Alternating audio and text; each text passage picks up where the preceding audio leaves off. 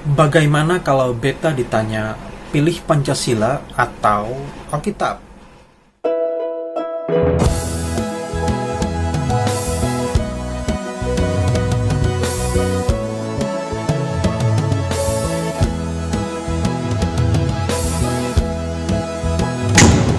Bagaimana kalau beta ditanya, pilih Pancasila atau Alkitab?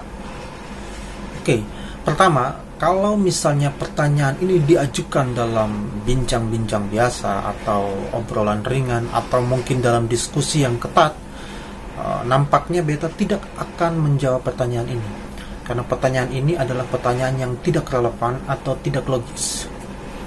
Dalam logika, ada yang disebut dengan false dilemma atau dilema palsu, di mana hanya memberikan dua pilihan untuk dipilih salah satunya, seolah-olah dua pilihan tersebut saling berkontradiksi. Jika memilih satu, maka meniadakan yang lainnya, dan tidak ada pilihan yang lainnya.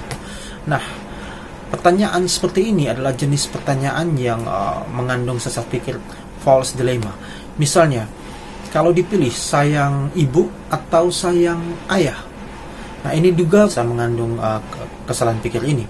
Kalau misalnya yang ditanya adalah seorang anak yang memang menyayangi kedua orang tuanya, kan ada pilihan menyayangi ibu dan ayah, kenapa harus memilih salah satunya?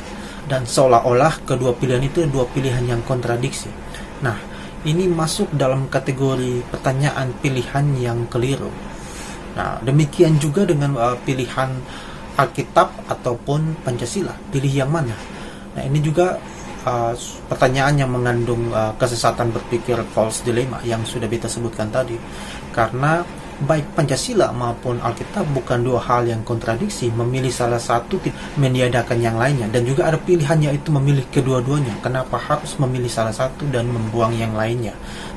Kedua, tapi kalau pertanyaan ini muncul atau diajukan dalam suatu tes psikologi, misalnya beta ingin mengikuti tes di perusahaan tertentu atau di instansi tertentu, di KPK misalnya, atau apalah, maka pertanyaan ini adalah pertanyaan yang relevan, pertanyaan yang patut diajukan dalam suatu tes psikologi.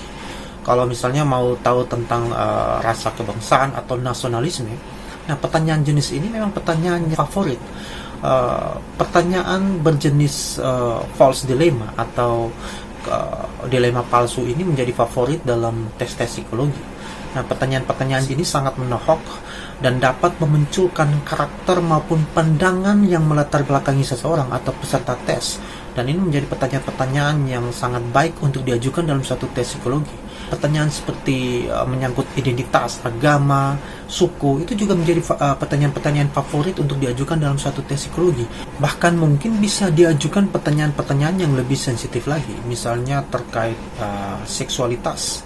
Kalau misalnya tujuan tes itu untuk mengetahui seksualitas seseorang, maka pertanyaan mungkin akan terkait hal-hal yang sensitif, hal-hal yang privasi, terkait aktivitas seks dan lain sebagainya.